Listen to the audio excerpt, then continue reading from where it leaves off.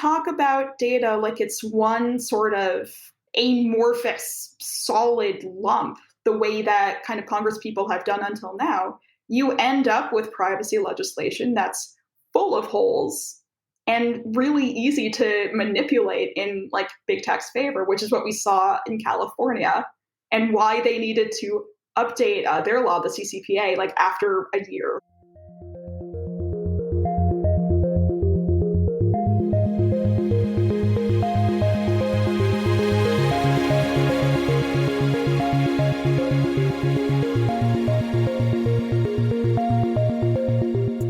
Hello and welcome to Tech Won't Save Us. I'm your host, Paris Marks, and I have a very exciting show for you this week.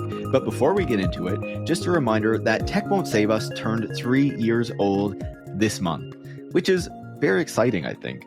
And to celebrate that, we're asking listeners like you to support the show over on patreon.com so that we can keep making this fantastic, high-quality show with these critical interviews and perspectives on the tech industry for you every single week, so that I can do the research that goes into putting these shows together, so that I can have these fantastic conversations with the guests that we have on the show, so that Eric can put it together and make it sound so great every week, and so that Bridget can make our transcripts.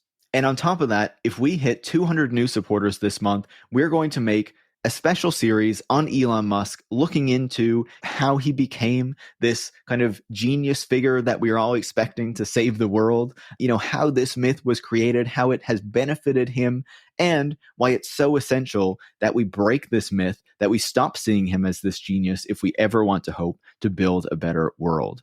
And so if you want to help us hit that goal of 200 new supporters this month, you can go to patreon.com/techwon'tsaveus, become a supporter, and I'll also send you some stickers in the mail over the next couple months if you do that.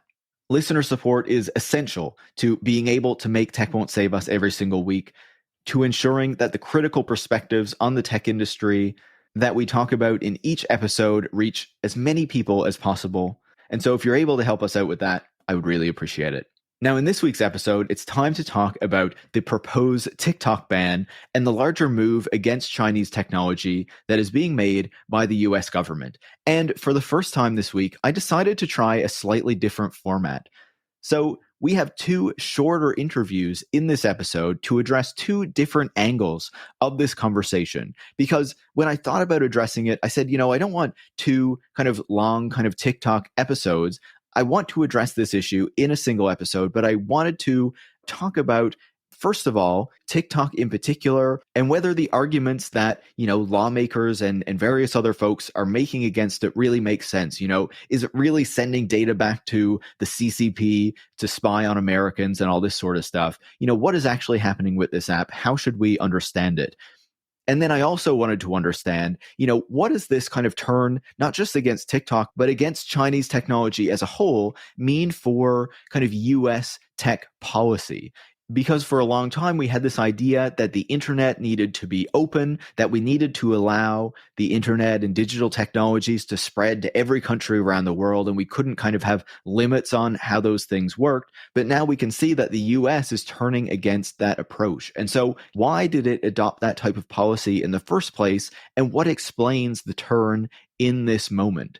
I think that we approach these conversations through the lens of speech very often, but what does it actually mean to look at US market power and how these various policy approaches have actually helped the US government and the US tech industry? So to explore those two topics, I have two fantastic guests who have also been on the show in the past.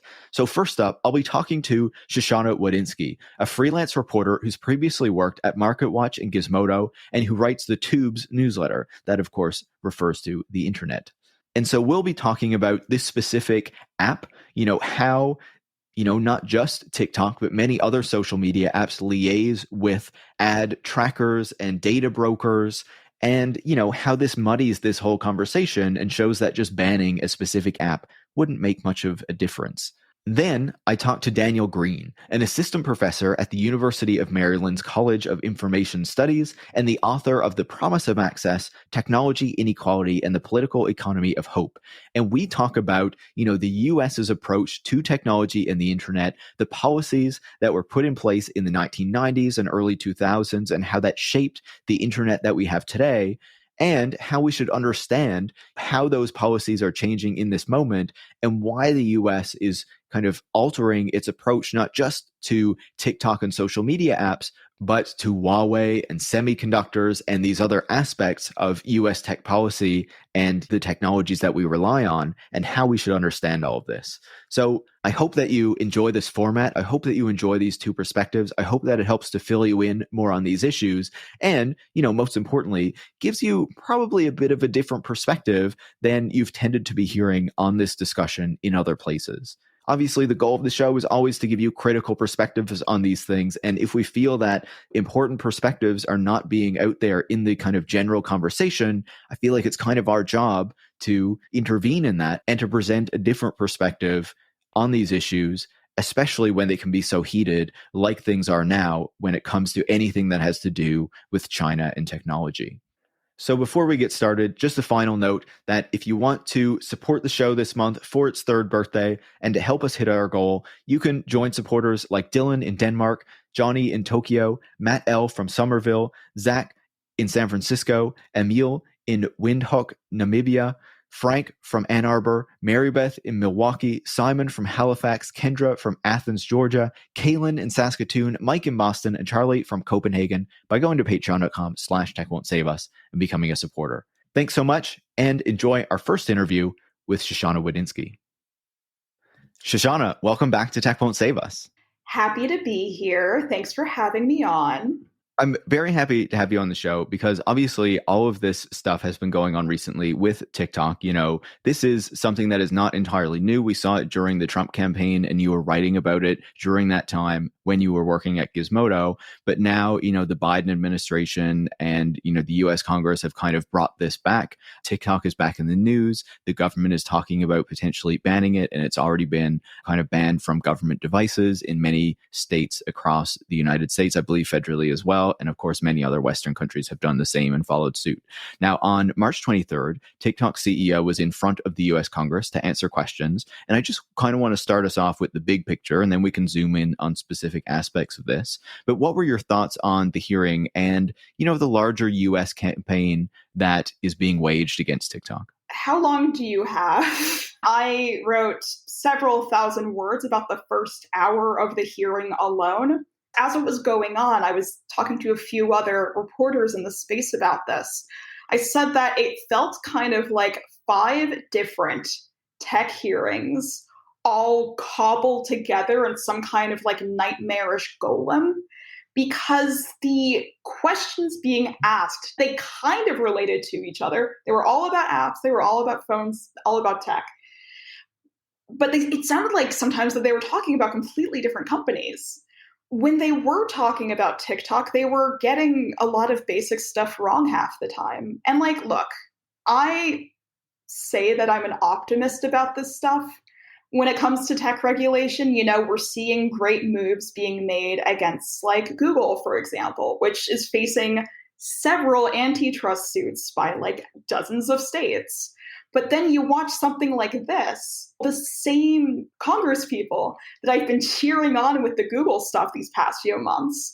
One of the questions was literally about whether the app tracks people's eye movements for either targeted ad purposes or something like that. And I was listening to that and I was like, where did you get this idea? I wasn't even mad. I was just confused by a lot of the hearing. Yeah, I would say when I was reading your newsletter, I was also frequently very confused because you not only kind of had your thoughts on these different things that the Congress people were saying, but you also took out of the transcript some of these different things and really just kind of wild assertions that in some cases had some kind of grounding, but in other cases just seemed completely out there. Wild assertions that didn't let him get a word in edgewise. They would say something more than once. A congressperson would say something completely out of left field and very much not true. And then she would just be like, am I allowed to respond to this? And they would say, no, you have to talk to them. I came away from that hearing feeling bad for the guy. This is his first ever tech hearing, against Zuckerberg or Pichai or Dorsey. I don't think Congress people have been this mad in a long time at one of these hearings. And I think that's kind of owing to them being mad. Like, they picked the one thing they wanted to be mad about, even if it barely related to the app. And they were like, this is my chance. I'm going to do it. And you came away from a hearing that was more confusing than comprehensive, which is why I was thinking, I'm like, everyone else, rightfully, is going to be pointing out how batshit this entire hearing was. And they're going to do it a lot more eloquently than I would. And also, I've been writing that take for 4 years. So I was like, cigarette in hand, what if I take these people at their word and try to see if there's anything salvageable in here? I kind of noodled around with it a little bit. I literally made a pie chart when I was listening to the hearing, and like every time I heard like a claim that was actually pretty grounded in reality, and then immediately heard like something that was barely coherent, I was like, okay, maybe we can make like some sort of like fractions out of this. And in my newsletter, I was like, okay, if you go through every single claim, which I didn't, I went through the first hour. After that first hour, what I came away with was like maybe like a seventh, if I'm being generous, maybe like a seventh of their claims were sort of legitimate. And the rest of them were either wrong, just like absolutely ridiculous.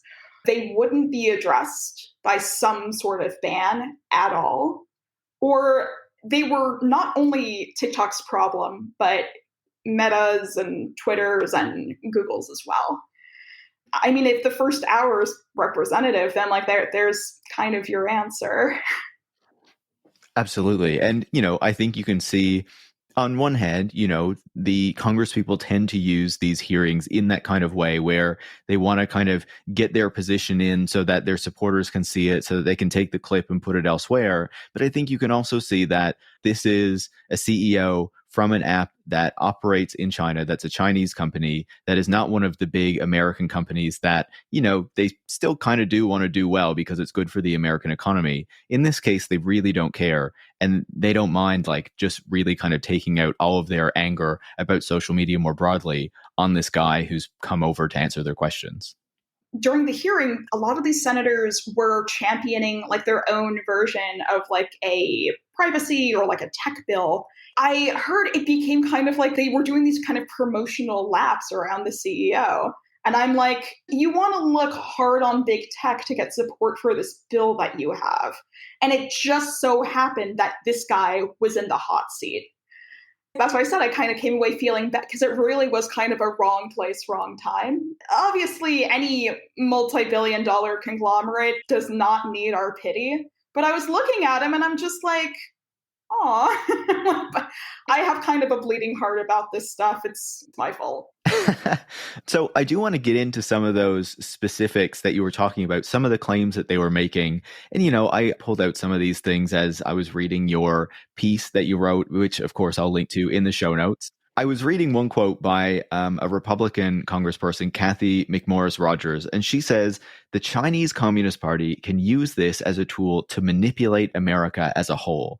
And I feel like that kind of plays into this broader kind of assumption or this broader accusation that's being made around TikTok that not only can it collect a ton of data, but it's funneling that data back to the Chinese Communist Party, which is getting all of this stuff on the American public and then using that to kind of shape what the American public sees, to kind of, engage in these misinformation, disinformation campaigns that we often hear talked about. And so I wonder how kind of accurate these sorts of arguments are around TikTok's data collection, handing that to the Chinese government and all these things that are associated with it. What do you make of that?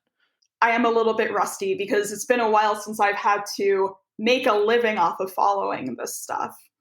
But there's been a lot of really good substantial research, like Citizen Lab in particular has done a lot of good stuff here, where they kind of break down exactly what the app is collecting and where it's going. TikTok, the US company, which is legally kind of separate, I believe, from Douyin, which is back in mainland China, works off of servers, I believe, in California. And they've also made a deal with Oracle that you reported on a few years ago where, a lot of their data from the United States is stored on their servers, right?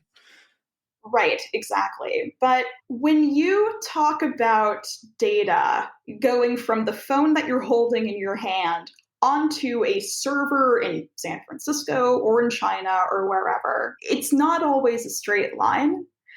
In my writing, because I write about advertising a lot, like advertising tech, typically not on platforms as large as TikTok, but sometimes that changes. There will be these sorts of intermediaries that can kind of swipe in and like siphon off different pieces of data from the stream that's going from your phone to that server. Sometimes it stops by multiple servers. And so I believe, if memory serves, we have no evidence. When I checked this like 2 years ago, I believe I found American servers being pinged and nothing else. We have nothing on paper that shows data from the apps in an American's hand going to a server back in like Beijing. That said, there's some Chinese national security laws that basically mandate if a government official there asks for data from TikTok, they could say no, they could kind of deny it. But in the past, when tech companies have had foreign workers operating in like Beijing or like Shanghai or anywhere around there, there's stories that have come out about the Chinese government making these employees' life basically hell until the American company kind of like kowtows to their demands. So like when I was covering Trump's ban 3 years ago, it was a different world back then. Donald Trump was president. We were all stuck in our homes. Everyone was freaking out. And I believe you kind of felt this time around with your own piece. I was getting a lot of pushback that my coverage was kind of ignoring the red threat that China could bring on all of us. And I was like, you know what? A lot of those critiques were in really bad faith and just ignored what I had written. But I was like, the same way that I took lawmakers at their word this time, I was like, okay, I will look into this and see how other kind of tech companies have fared. And it turns out they haven't necessarily fared that great. The Chinese government can be a little scary. So instead, my question wasn't, will like a TikTok ban do anything of substance? And instead, my question was, let's assume TikTok gets banned. Why not? What else could the Chinese government do? What other sorts of methods do they have at their disposal to like get into all of our pockets? And it turns out I found a lot, circumstances depending. Yeah, I think you put it really well there, right? Because I think that this is a really important angle on this story, and thing that we need to understand is that the way it's often being presented by people in government is that if we ban TikTok, then that cuts off the ability for China to access all of our data because we're using this app, right? But if we actually look at the connections, as you've outlined in some of the work that you've done, that exist between all of the apps that we use on our phones, whether they are ones that are created by Chinese companies or not, even, social media platforms like Facebook or Twitter or Instagram that are controlled by American companies that we're all very familiar with using because, as you were saying, of the advertising that happens there and the data that's collected for that advertising by intermediaries and data brokers, that because of that, that offers many different ways that data can get back to China or to anywhere else or to any other actor who might want to buy it or get access to it. There's been reporting that at the FBI, that the Department of Homeland Security is buying data from these data brokers as well. And so that shows us that just shutting down TikTok is not going to be a way to solve this problem if it's something that is even happening in the first place. Right. There's a story that came out pretty recently that was really kind of apropos to everything that's going on right now.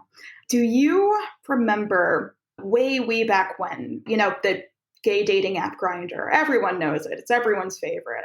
I'm not sure if you remember, but Grindr was actually owned by a Chinese gaming company for many years. And there was some sort of legal situation where they were goaded into selling it to an American group. Smash cut to, I believe it was earlier this year, that the Washington Post put out a story where this priest was outed by some shady group that had somehow gotten his location data using a gay dating app that he had secretly hidden on his phone. So this shady group had full carte blanche access to his location. Grindr denied that it was possible. Everyone denied that it was possible. And it was owned by an American company, so what's the big deal? The kind of methodology that this shady group used to get that priest's location and track him from his home to the gay club that he wasn't supposed to be at and then back home. The way that they did that was there's a data flow between that priest's phone and the servers that the company owns. And when it comes to advertising, you have sometimes 10 or 15 or literally hundreds of other folks in the middle that all operate certain things, like some of them will be doing analytics, some of them will be doing user acquisition, some of them will be serving ads or measuring how well those ads perform.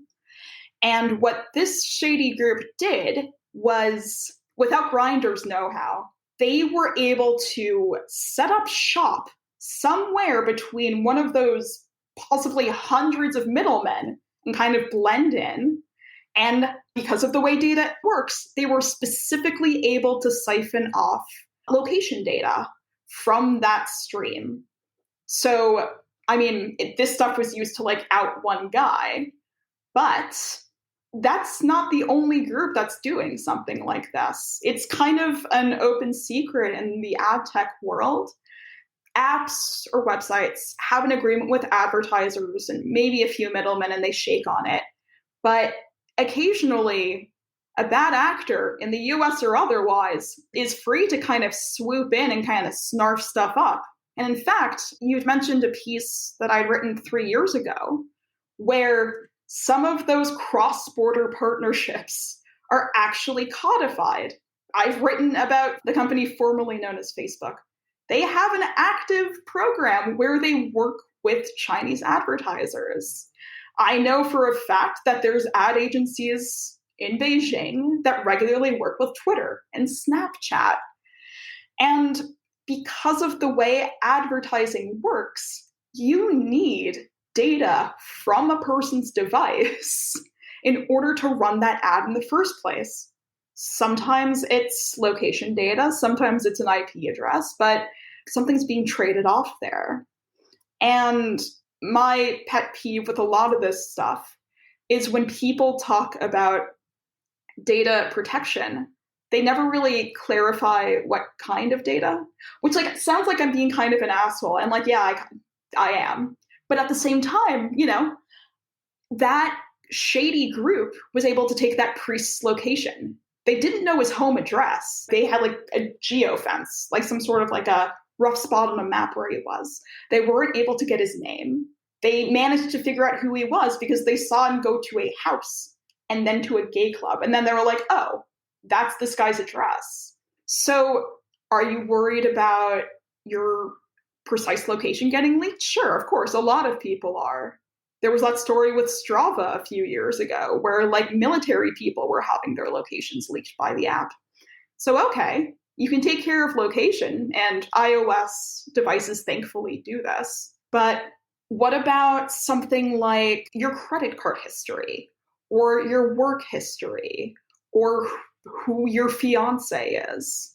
If you talk about data like it's one sort of amorphous, solid lump, the way that kind of Congress people have done until now, you end up with privacy legislation that's full of holes and really easy to manipulate in like big tech's favor, which is what we saw in California and why they needed to update their law, the CCPA, like after a year.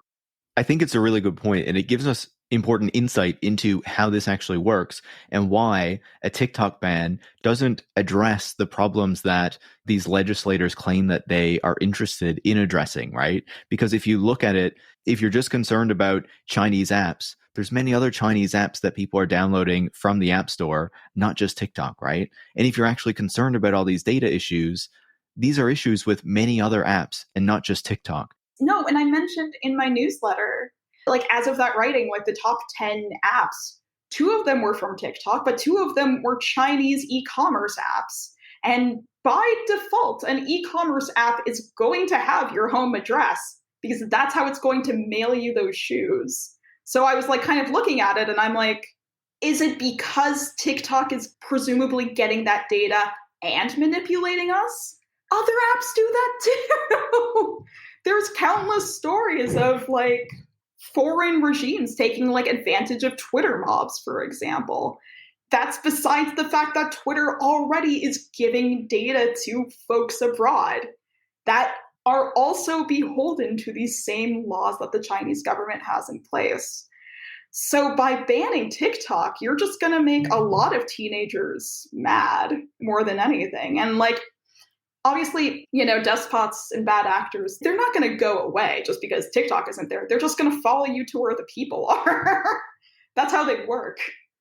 Absolutely. And, you know, to pull another quote from the article that you wrote, this congressperson that I mentioned before, Kathy McMorris Rogers, she said in this hearing, TikTok has repeatedly chosen the path for more control, more surveillance, and more manipulation, as if every social media app hasn't done the exact same thing. But you mentioned the algorithm there and the idea that TikTok is making us believe certain things and whatnot. What do we know about TikTok's algorithm and what they're actually doing and how this works? Because this is something that the American social media companies seem particularly concerned about, because the TikTok algorithm does seem to be more effective than what they've been doing for, you know, a number of years now. To back up really quickly, over the years, because I started covering TikTok's privacy issues specifically way before it was kind of this blockbuster app. So for a long time, I got used to following developers like based in China or based in Malaysia that were working for the company. There just wasn't anybody in the States back then. And I also noticed they tend to be more open about sharing exactly what's going on inside the company there than they are with folks in the US. And I believe one of the lawmakers during the hearing asked, like, why are you so nervous? Why are you trying to bury like your company's Chinese ties? And I'm just like, gosh, I wonder why. Because then this shit happens. So while I was writing up this 3,000 word newsletter, I wanted to get the kind of Beijing perspective on like what was going on over here. And I noticed a lot of folks linking to a specific kind of set of blog posts and like developer documents. And I should note, a lot of the stuff was written in code and a lot of the stuff was written in Mandarin code specifically, with a lot of jargon that doesn't translate across borders, but I did my best to decipher it. And what I found was either enough ByteDance folks had kind of spilled the beans, ByteDance being TikTok's parent company, or enough people living abroad had successfully reverse engineered the app that they had essentially broken down what makes a lot of this stuff so addictive. And like, I have like about like 500 tabs of this stuff, literally. So I'll put most of it in the newsletter. But the kind of long and short is American platforms, like your YouTubes, your Instagrams, that sort of thing, they tend to throw the most popular person that you might be interested in. Like I mentioned earlier, I watch a lot of sewing videos. So because I'm trying to learn how to sew. So on Instagram, for example, when I get recommended new people to follow, it's like dressmakers that have like thousands and thousands of followers. And it's like, I'm like, because the sort of thought process there is, if 5,000 people already like this dressmaker and you like dressmakers, chances are you're going to like her too. Like it makes sense. TikTok, at least according to what these people were saying, it basically takes that formula and throws it out the window. TikTok does not really give a shit about popularity, and instead it will surface kind of random clusters of stuff that's related to what you're into. And it will just throw it your way, and if you like it, you like it. If you don't, you don't. But if you do, and if enough people like a certain video clip within a certain time frame, it gets recommended to a small circle of people at first. If it reaches that threshold, it gets recommended to a larger circle, and then a larger circle, and then a larger circle. But the way that these people were saying it's set up is that everyone kind of has a fair shot, which is why on Instagram, I was being told to follow dressmakers that have these really pretty aesthetic, flowy wedding dresses. But on TikTok, I got recommended a person with like 10 followers who makes furry suits because TikTok was just like, I don't know, like, I guess you're into this now. And I totally was. TikTok will never say this stuff out loud. So I'm basically, a lot of this is kind of hearsay. I don't know. It makes sense to me. Yeah, this is all the proprietary algorithm. So they're certainly not going to share it with us. Like, you hear me say that, and it all sounds pretty benign because I'm talking about wedding dresses and fursuits. This hearing just made me more confused than really angry. I mean, I was angry, but I was also really confused. So I was wondering, I'm like, what sort of media do they think a foreign adversary is going to push in front of us? Which, like, again, that sounds like a really sort of like, why do you care about like this really kind of specific thing? Like, you're ignoring the big picture. Yeah. Which, like, yeah, maybe I am. But if we don't know what we're kind of scared of and how that manipulation would happen, then you end up with accusations that are either wrong or could apply to literally anybody else. And also, I'll just say this, before getting into all this stuff, I got a neuroscience degree. And I focused on learned behavior specifically. And a lot of sort of the manipulation that's being alleged, not only of TikTok, this is a platform thing in general. A lot of it's alleging kind of nefarious intent on their part, but really, people are just dumb. You see a pretty picture and you click on it. My sort of takeaway from a lot of this stuff, if you want not to be manipulated, you have to put in the legwork to try not to be. I don't think a lot of people know how to do that. So instead of asking, they're just pointing the finger somewhere else. I think that in having you describe that, though, that also kind of points us in the direction of, if we were really concerned about these problems of data collection, of the way that the algorithm is used, and of some of the other things that these lawmakers were pointing out when they actually made sense and weren't just completely ridiculous, that if we really wanted to address these problems, it's not a TikTok ban that you need to do in order to address it, right? It's federal data privacy regulations, regulations on algorithms and other things like that. But these lawmakers do not seem to be proposing those sorts of solutions. So what does that tell you about the actual kind of objective of this campaign if it's identifying all these problems, but then not really offering a real solution to them? No, it's like during the hearing, a lot of the folks brought up that, this is an example of why we need like a federal data privacy law. And I would be chuffed to bits if this nonsense ended up being the reason that we finally get that law. Because right now in the US, different states have different rules for like what you can do. And as a result, in my interviews with sort of these middlemen and like shady characters, instead of abiding by one law in Virginia and one law in Connecticut, they just ignore both of them. And because lawmakers on the grounds in these states are so busy holding hearings that go on for 5 hours, they don't get caught. Really, the only place that has any sort of like substantial ground here is California with now the CPRA. But again, they managed to get got so good that they passed the wrong version of a law the first time around. I think they're all good points. And I would say that, I'm obviously quite pessimistic on everything that's being proposed here. And I think that really at the core of this is not really a desire to address these fundamental problems with social media and all of these apps that we're using constantly, but to kind of take on one of the competitors to, the major social media companies that exist in the United States, instead of addressing the core of all their business models as well. I mean, I've covered the company formerly known as Facebook quite a lot in my time. And I noticed this was like around 2020 during the Trump administration. Mark Zuckerberg would very often position his app successfully as sort of the savior for small businesses, because it is true that many small businesses by default are dependent on Facebook's platform to reach their audiences. That's true. So like every time a sort of very reasonable critique was like aimed at the company, they would just immediately kind of pivot to, if you regulate us, think of all the small businesses that would be harmed, which like, yeah, is true, but you can't have it both ways. So I thought it was really funny on the day of the hearing that TikTok flew in all of these influencers who also have their livelihoods depend on that app. And I'm like, oh, we're just using literal human shields now. And like it has worked for Facebook in the past because nobody wants to be the guy that topples your local ice cream store just to get back at some company in Silicon Valley. So in this case, if I'm thinking about like the most of the American public, I feel like going with the small business angle might be a better sound to congressmen's ears than influencers, when really on the ground they are the same thing. Luckily for TikTok, it's been leaning really hard into e-commerce lately without much success.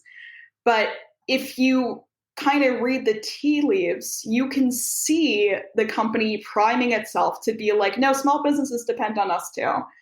Which, you know, again, I have no sympathy for multi-billion-dollar companies, but I'm just like, I'm watching it and I'm like, we didn't learn the first time, and I don't know if we're going to learn now.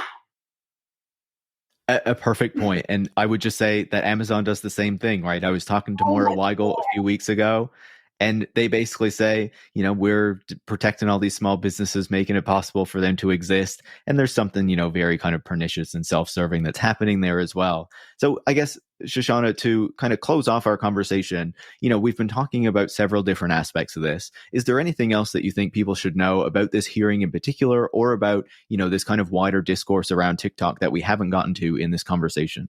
Well, I mean, if they want to stomach my more than 3,000 word newsletter, and I'm going to keep writing all this stuff, so you could definitely follow that. Quick little plug there. But more than anything, I mean, when you read sorts of news stories about this, or news stories about any app really, and you hear sorts of claims that like seem to be legitimate and seem to have backing and like sound true, just always ask, like, what exactly is this person afraid of? And what am I afraid of? And, like, does this claim kind of address that? Because you'll typically find that it doesn't. I think that's always great advice for people to keep in mind when they're reading these stories and considering the narratives that we're getting around these tech companies. Shoshana, always great to have you on the show. I really appreciate you taking the time, and I can't wait to have you back on again. Thanks so much. Oh, thanks. So that was Shoshana Wodinsky, and hopefully that gives you some insight, some perspective on the proposed TikTok ban, some of the arguments that are being made against TikTok in particular, and why some of these data arguments really don't make a ton of sense. I think it makes a lot of sense to look at the social media model, you know, that many of these companies, not just TikTok, have chased after for the past couple of decades, and whether that makes any sense to continue. But you know, I don't think it makes a whole lot of sense to target TikTok in particular for things that many other companies are doing. Now, we turn to my conversation with Daniel Greene, where we talk about US tech policy in the 1990s, how that has evolved through the 2000s, and why we see a notable shift in this moment. So enjoy this conversation. Dan, welcome back to Tech Won't Save Us. Thank you so much, Paris. Happy to be here. Very excited to chat with you again. It's always great to have you on the show and to get your insights on the tech industry. And of course, in this moment where, you know, we're seeing the US government's policy on technology and the internet seeming to shift, you know, in response to, I would say, a number of factors, but in particular, the competition from China, I think it's a good moment for us to kind of revisit a bit of history to inform a conversation around what's happening now. And so I want to start with a bit of that kind of historical piece just to inform what we're going to talk about. And I think, you know, it's important to understand where this framework for the US government's approach to tech and internet policy really came from. So what was the orientation in the late 1980s through the 1990s as the US government was formulating its policy on internet and technology? Yeah, I mean, as with everything else in American economic history, it's a history of blowback about, overreaching in one particular area and then that back to bite you in the butt a couple of decades later. So the commercialization of the internet really cannot be divorced from the moment of globalization that follows the economic crash of the 1970s. So the kind of nationally oriented Keynesian economies of the 1970s start to fall apart for, pick your poison, for gold standard, oil crisis, drop in productivity, whatever. And we see then a move to much more nimble supply chains stretching all over the world, especially start to encircle countries which maybe had tried to create their own welfare states, but then were ruthlessly gutted by the Volcker shock, by debt imposed by the IMF, et cetera, et cetera. So at the same moment, we also see that the Democrats have been really out of power for a long time in the US, with the semi-exception of Jimmy Carter. So during the 80s, during this time in the wilderness, the American Democratic Party is trying to figure out how to get back in. And they do so in part by proposing the internet and the class of people with an interest in the internet as the solution to the problems created by deindustrialization at home. The late 70s and 80s are also a period of heavy deindustrialization, although that's a process going back, as far as the really immediately after World War II. So what Clinton and Gore and other folks in this Democratic Leadership Council do is both bring in a new class of voters and activists, so very different from the tense but multiracial working class coalition that undergirded the New Deal. We have a lot more professionals, people who work in office parks, people who are very committed to formal equality, but not necessarily equality of outcomes. So, against housing discrimination, ready to protest against that. Not so much fan of public housing being built in their neighborhood. And these folks often end up in office parks producing high technology products. Montgomery County, Maryland, Route 128 in Boston, Silicon Valley. And these are what are called the Atari Democrats, a name that they end up giving themselves. And that comes along also with a new group of investors at the top of the party, including some people like the heads of HP and Apple at the time, who were lifelong Republicans. And they were a little concerned about the kind of isolationism that Reagan promised and the threatened defunding of places like the Department of Education, because these were industries that were extremely capital intensive, that had really broad ties to the global economy, but were also producing cultural products, things like software or media, things that depended on English remaining the language of global commerce. So this new group of financiers, of tech executives, of capital-intensive manufacturing, distinguished from especially like the oil people that really supported Reagan, started to reframe the party at the same moment that NSFNet was being transitioned towards privatization as the internet. So by the time Clinton wins the election in 92, they are proposing that the internet is going to be the thing that is going to take care of the deindustrialized US and secure American hegemony abroad. They've just defeated the Soviets. They're still a little scared of competition from Japan and West Germany, but we have the most robust internet infrastructure here in the US at the time. Extending that globally and building up abroad is a way to connect everybody to high-paying, knowledge work jobs that do not respect geography, unlike those old fuddy-duddy manufacturing jobs. So that promise to solve the problem of deindustrialization comes out at the exact same time as the people who would most benefit from internet liberalization have taken control of the party. And this is how they end up distinguishing themselves from Republicans. And this is why the 1990s are really the kind of the height of American liberalism. It's the thing that everyone keeps trying to return to, because that was the moment when everything was going really right for them. And what we'll see is that a lot of the decisions they made on things like liberalizing telecommunications infrastructure as a condition of entry into the World Trade Organization, that then comes back to bite us in the butt as, like Huawei ends up taking all of the, infrastructure projects for telecommunications across the world. It's such a fascinating history, and you describe it so well there. And I would be remiss if I didn't say, if people do want to know more about what's going on in that period, of course, we talked about it more last time you were on the show. And of course, they can go back and listen to that interview too. But now, based on what you were talking there, obviously we see that there's this move toward the internet and privatizing the internet, liberalizing the internet, having the internet kind of go global. And some of the narratives that we usually have around this period is that, because the internet is being liberalized, becoming more accessible, the open internet is expanding everywhere. There's this kind of great expansion in freedom of speech and freedom of expression that is enabled by that. And I think that it can be easy to see that period solely or primarily through that lens and not kind of focus on the economic side of what was actually going on here. So you talked a bit about it there, but what was really kind of the goal of the Clinton administration and Vice President Al Gore as they were pushing for this internet to be privatized, to be commercialized, and to be extended around the world so that many other countries were using this network that was kind of originating in the United States? Yeah, so the internet is a network of networks that not any one person can claim ownership to.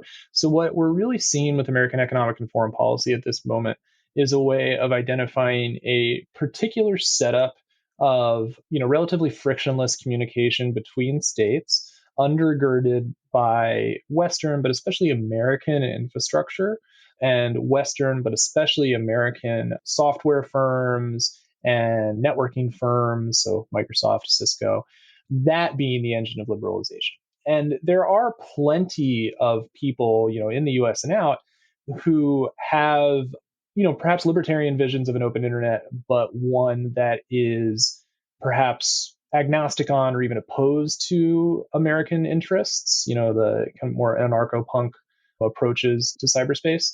But the Americans were quite clear on both economic interests of the US and liberalization of the internet being the same thing. And if it's okay, I'd like to read just a really brief thing that Al Gore wrote in 1991.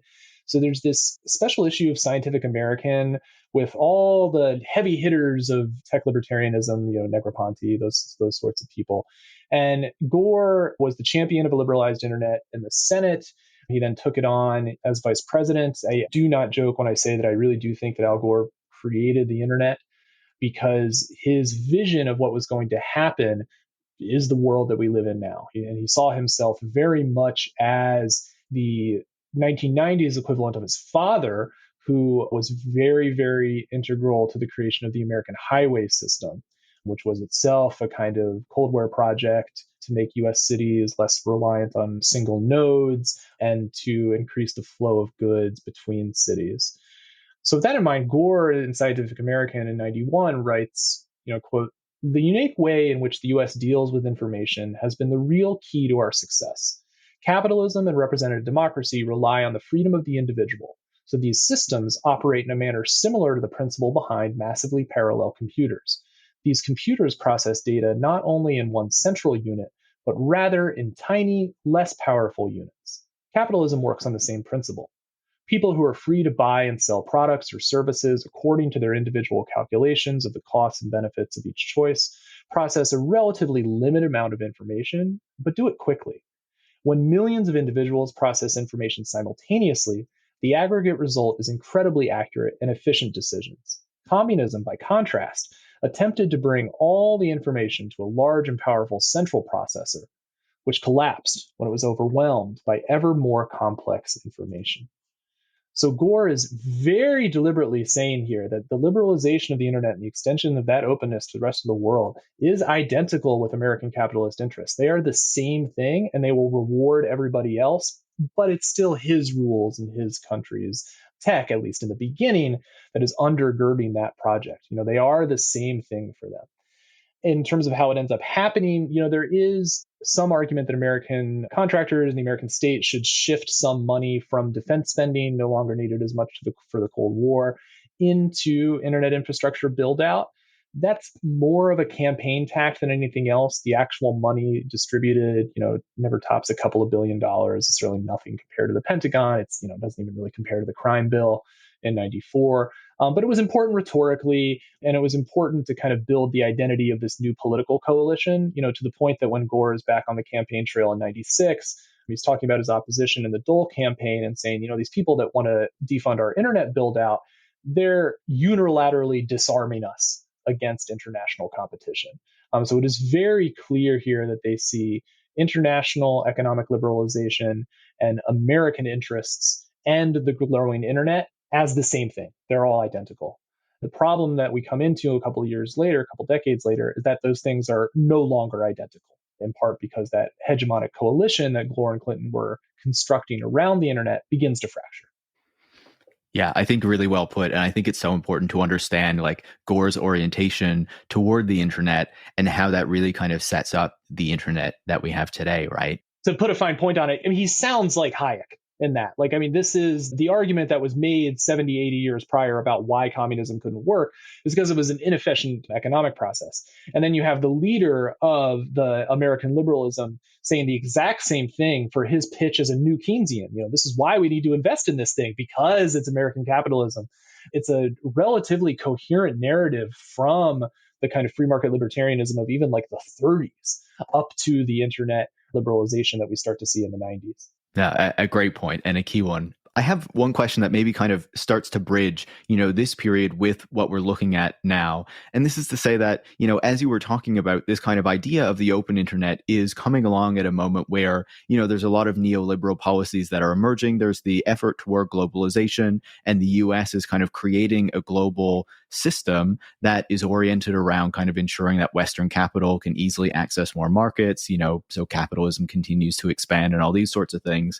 And I feel like when we look at kind of the orientation toward the internet, or if you look at the internet from a US perspective, it can maybe not seem so bad that, US companies are going abroad and that everything is open and whatnot. But I think that when you look at it from a foreign perspective, you can very much see how as the internet goes global, it ensures and it allows US companies to really take over the sectors that, are associated with the internet and that the internet is expanding into. And I think that for a while, it's difficult to see much pushback to that, or at least not pushback that gets a lot of attention, right? But I think that in recent years, we've begun to see more and more of that, with Europe getting more frustrated that so many major US companies dominate its tech sector. Obviously, with China and its ability to build competitors to that, other countries as well have been speaking out more about how these US companies kind of dominate the technology industry in their countries and make it difficult for their domestic competitors to compete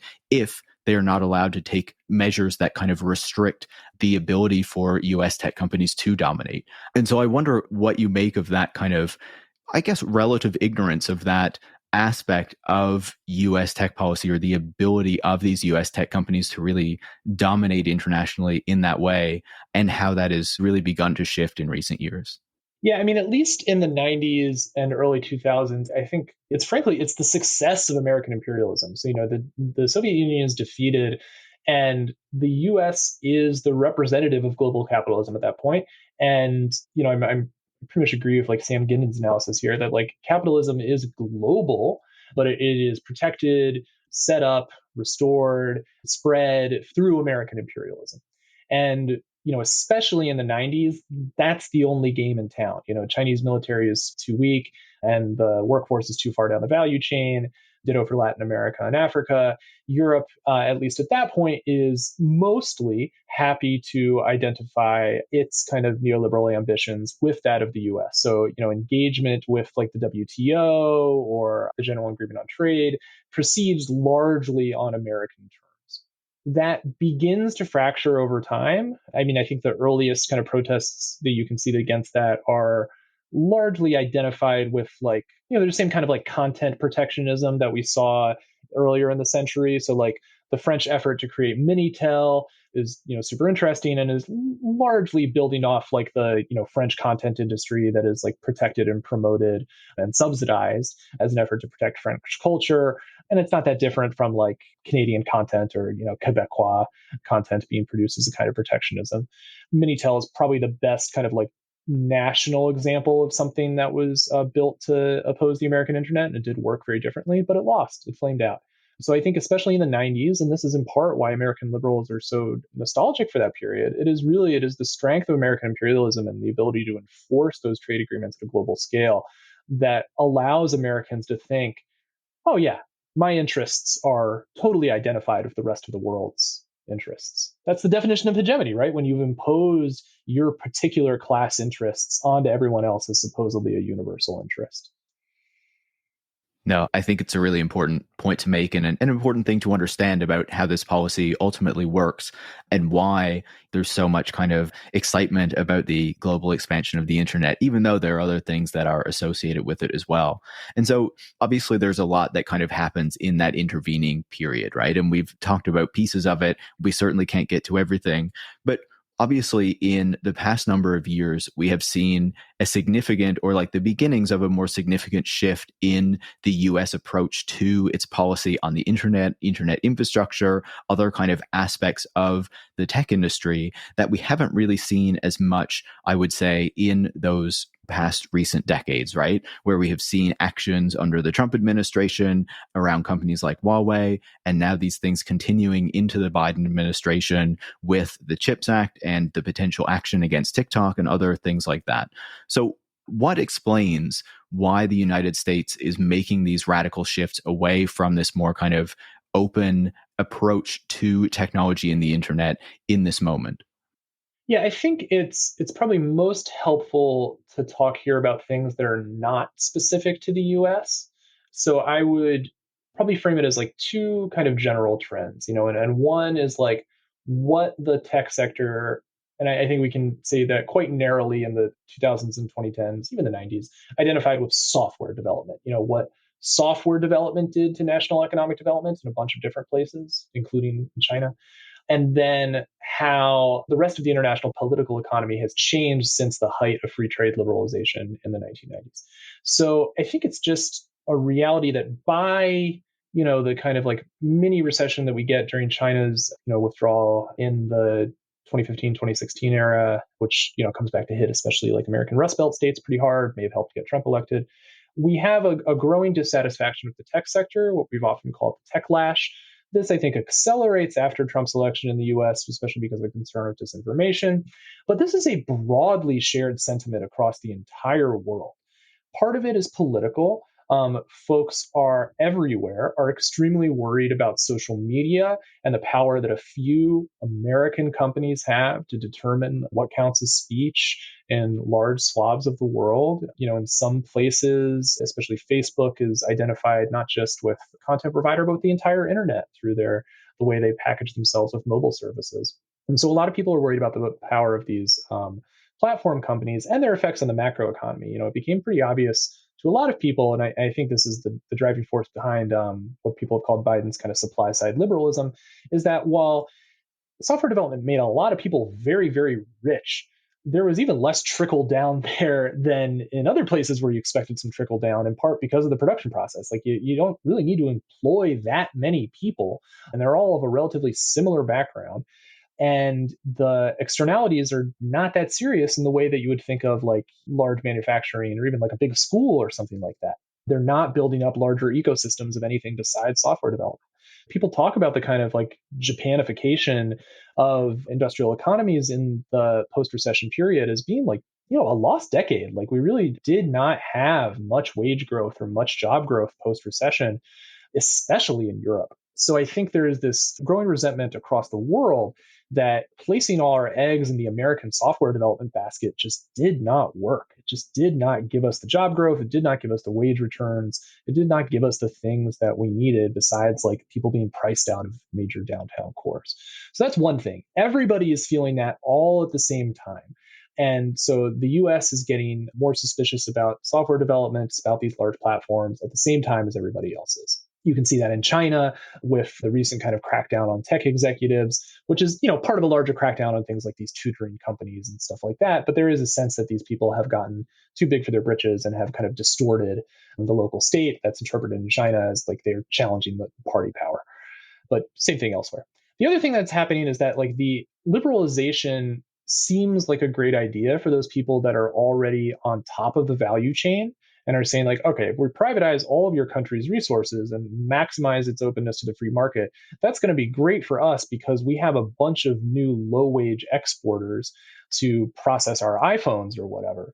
And that was really like the American dream for trade liberalization, is to see like China as the world's factory. That was great. They really liked that. The problem is that China in particular, and I would say absolutely South Korea, Japan, and West Germany did this earlier, Vietnam to an extent, these places did what everyone said they should do, which is move up the value chain throughout that period of globalization. And they often did it in ways that were not the kind of American path to doing things, especially in Vietnam and China. You have a fairly strong central state that is orienting this kind of economic development. But these places start to move into value added manufacturing. They start to move into infrastructure development. They start to move into services. They start to move into web development. So I think, frankly, a lot of the American reaction to TikTok in particular is, wait a second, I thought we were the software guys. I thought we were the platform guys. I thought we were the surveillance capitalism guys. And now you have some Chinese guy coming in and telling me what to do with that? No way, Jose. Like, that's my business. So I think what they had hoped for in the 90s was like a global market for American goods and a global suppliers of low wage labor to put those goods together. But what actually happened is that especially Chinese companies end up competing with a kind of leaner and meaner capitalism than Americans did. I remember in 2015, 2016, when you had Chinese venture capitalists in a room, they would usually say, like, and not incorrectly, if you want to start a company that can run into regulatory problems, something like computer vision or something, which is always a touchy surveillance topic, you should come to China. You should do it in China. You will have less resistance from the state here than you will in the US. We don't have all those burdensome regulations because I can pay off my local party guy. And that may have been true for a while. I don't think it's true anymore. But there was the openness of capitalism that was pursued in the 90s ended up all through the stack, from the chips to the infrastructure to the web development, ended up producing a new set of lean, mean companies that really challenge American hegemony. And Americans are not used to that. Yeah, when we see these developments, like, it's very clear how the Chinese have become very competitive with the United States, and that this is driving, in particular, much of the response against, Chinese companies, because they're the biggest competitors that US firms are facing.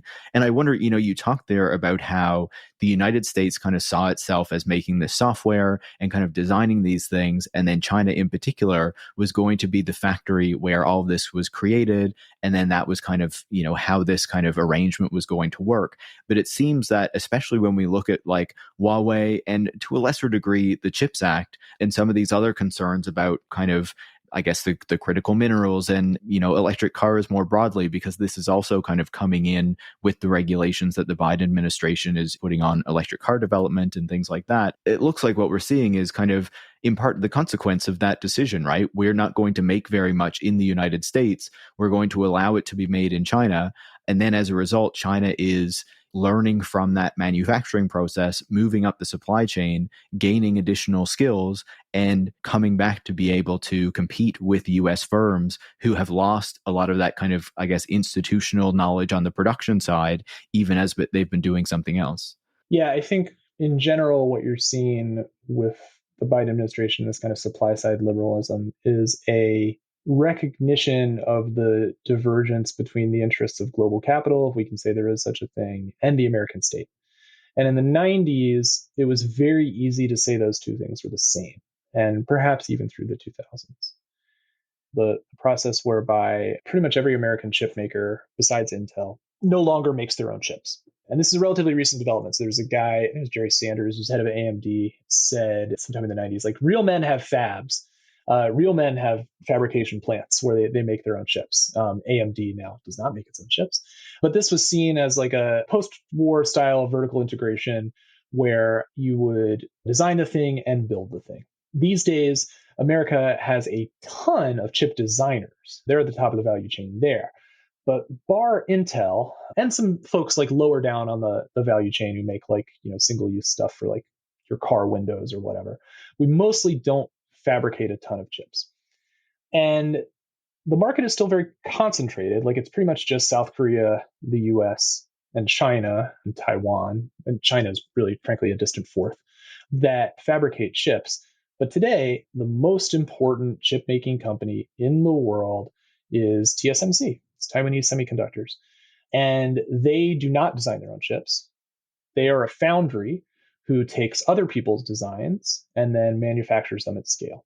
Probably the most important company in the world in terms of its kind of strategic value to everything that we make. Some people say that 50% of devices with a semiconductor in them have something from TSMC. They produce Apple's chips, for example, and they're in Taiwan. They're right across the strait. If stuff pops off, that's the linchpin of the global economy right there.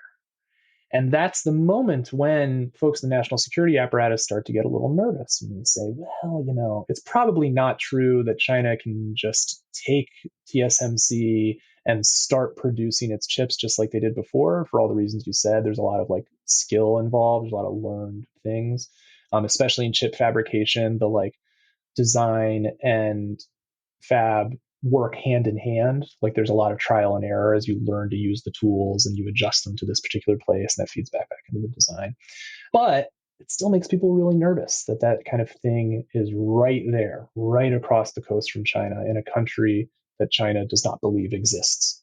And so I think a lot of the kind of supply side liberalism on chips, and then especially with infrastructure in Huawei, which is not really a place that Americans compete with.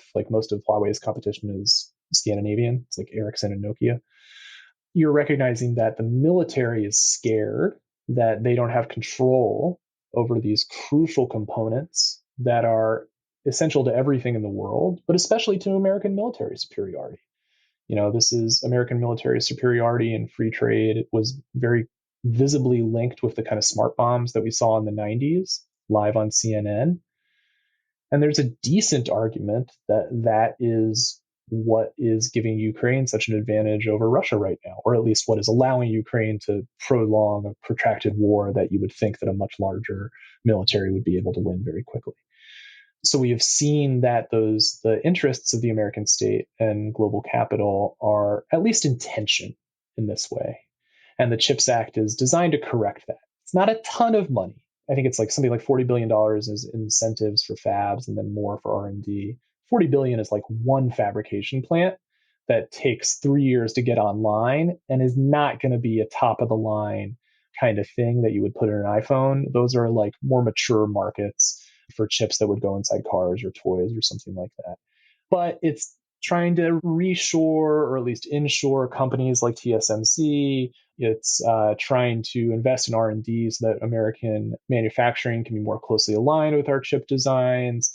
It's certainly not the kind of moonshot thing that would, say Intel is our national champion. We're going to pour so much money into Intel that they're basically nationalized. It's not that, but it is a recognition that there's a problem and they're trying to put the cat back in the bag. Whether that's going to be successful, I don't know. The sanctions against Huawei, a little further up the stack in infrastructure, were very, very harsh for a couple of years, and it really destroyed Huawei's revenue. But they're profitable again. They're down 30 or 40% from where they were in 2018 or so before the sanctions started hitting. But they're profitable again, and they seem to have been able to pour enough money into R&D that they can develop their own chips and stuff that was prohibited from sanctions with US suppliers. So it may be that this just forces Chinese companies to create their own ecosystem, which would maybe backfire a little bit.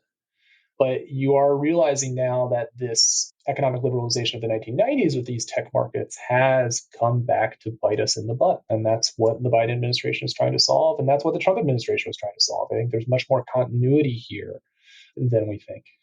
Yeah, it's interesting to see that kind of almost bipartisan aspect to it, right? Where, Trump was really pushing a lot of these things, I think, but then Biden has very much adopted them. And I think going back to the 90s when we were talking about, it wasn't just Clinton and Gore and the Democrats who were interested in pushing the internet in this way, but Newt Gingrich and the Republicans were kind of right on board with this broader vision that was kind of going along with that.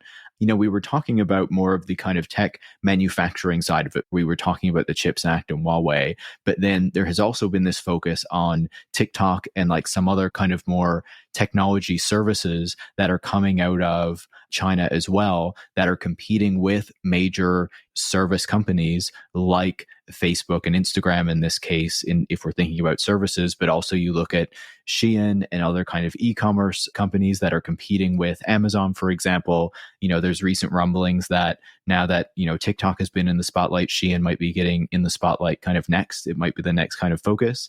So what do you make about this aspect of it, where obviously there are a lot of arguments that are being made around why TikTok needs to be getting this attention that, as I talked to Shoshana Wodinsky about, like, doesn't seem to really be accurate, right? A lot of the problems that are being identified with TikTok are the case for much of social media, but the regulatory action is only against TikTok specifically, or proposed regulatory action.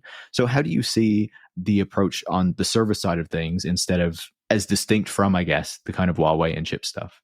Honestly, I do think like the approach to TikTok is relatively consistent insofar as like it's bad when China does it. That's consistent.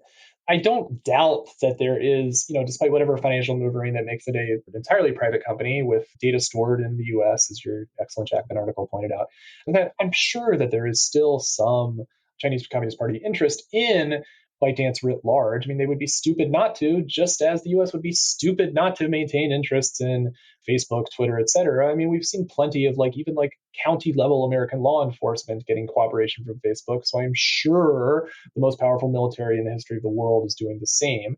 And the Snowden revelations told us exactly that. It's all through the stack. Everything that they're scared of Huawei doing is exactly what we've been able to get AT&T and Verizon to do.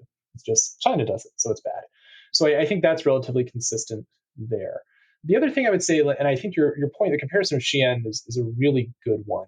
I'm reminded of some lessons I've gotten from scholars of intellectual property and race, like Anjali Vats or Lysra Mann, that intellectual property, and you really saw this in the 90s with the WTO agreements, is inherently racialized. And there is a global hierarchy set by these trade agreements that specifies who is a creator, who is a consumer, and who is allowed to do what kind of creation.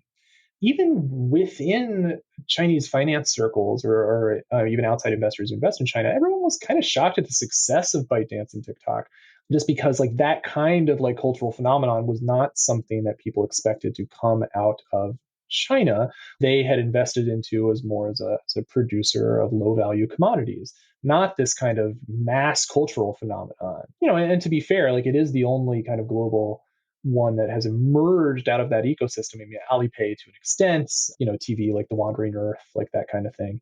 I think there is this sense from Western viewers that TikTok is exceptional because it's doing things that the Chinese economy shouldn't. It has broken the global hierarchy of creatorship, which is, generally a color line. And I think you can read the accusations against TikTok alongside accusations of copy theft in China as the place where copyright goes to die, the place that we have to watch out for unless they take our movies and pirate our stuff from our brilliant Hollywood people. And it feels like pretty much the same thing. You're able to put a military gloss onto it because of surveillance advertising, but ultimately I think it's rebelling against people who have gotten too far up the value chain.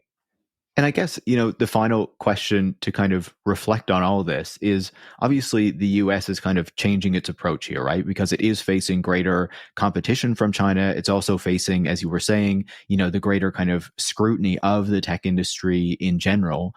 Do you think that its measures, that its policy approaches are actually going to work in defending kind of American tech hegemony from the competition it's facing from China? Or does it feel like the cat is kind of out of the bag here and we're in for quite a different kind of tech ecosystem or whatever you want to call it moving forward? Yeah, I mean, there's not a button that Grandpa Joe can push that says stop neoliberalism on it. I don't think there's any one moment that's going to tell us that we've escaped, whatever an earlier era is. This trend towards a more fragmented national internet, I think, has been going for a while, and we continue into that direction where, for reasons of protectionism, for reasons of surveillance, both of which can, have perfectly legit national interests involved, even if I wouldn't like them, that'll continue. For chips specifically, the EU just passed their own even smaller bill. That's when you realize they're a monetary union and not a fiscal one. The actual dollar amounts I don't think are significant enough to really move the needle. I mean, TSMC is putting something like 20 billion a year into R&D alone, and that's just that one company. Their largest fabrication plants are worth hundreds of billions of dollars. You're really not changing the price of those items coming into the US. I don't think it's enough to change the needle all by itself. I think there is an ecosystem effect whereby, Huawei starts inshoring, starts doing all of its stuff in China, the US through chips, through the IRA, through, increased protectionism, through strategic decisions at Intel, who may actually be fabricating less moving forward. All of those things, I think, start working together with Europe. Europe is frankly a little worried about the IRA and the CHIPS Act. They don't produce much chips-wise there besides chips for German autos. As all of those things taken together can start to move the needle, where I think you really start to see immediate effects are stuff targeting personnel. So this is most visible in holding the chairman of Huawei in jail for multiple years in Canada at the US's request for purportedly providing parts to Iran. But that is visible in a bunch of smaller actions where the sanctions against one of the Chinese semiconductor plants or fabs, the sanctions against Huawei are making it more and more difficult, for example, for people of dual citizenship to work in one country or the other. They have to choose and stick with that choice. It's making it harder for, say, Dutch company ASML, who makes these basically lasers that are really important to cutting edge microchips. They're the only company in the world that can do it. It makes it much harder for them to work with Chinese companies. So I think these kinds of sanctions that are mostly done through the US Department of Commerce by placing these companies on the entity list, that stuff is as much of a threat, if not more, than any American industrial program. So it's likely that this kind of old-fashioned protectionism, I think, is just as effective as building up our own domestic supply. We are really at a moment here where it does seem like there's an attempt to shift something in the global order around this. And so I think it's so important not just to understand that history of where this all came from, but also the reasons why these things are shifting in this moment. And so I'm really happy that I was able to get your insight on this, Dan. Thanks again for taking the time to chat. Always a pleasure, Paris. And I agree. This is really, really important. We don't know what's going to happen next. We really don't. And I think anyone that tells you that they know what's going to happen next to you should not be trusted. Shoshana Wodinsky is a freelance reporter and writes the Tube's newsletter. And Daniel Greene is an assistant professor at the University of Maryland and the author of The Promise of Access. You can follow Shoshana on Twitter at @swodinsky, and you can follow Dan at @green_DM. You can follow me at Paris Marks, and you can follow the show at Tech Won't Save Us. Tech Won't Save Us is produced by Eric Wickham and is part of the Harbinger Media Network. And if you want to support the work that goes into making it every week, you can go to patreon.com/techwon'tsaveus and become a supporter. Thanks for listening.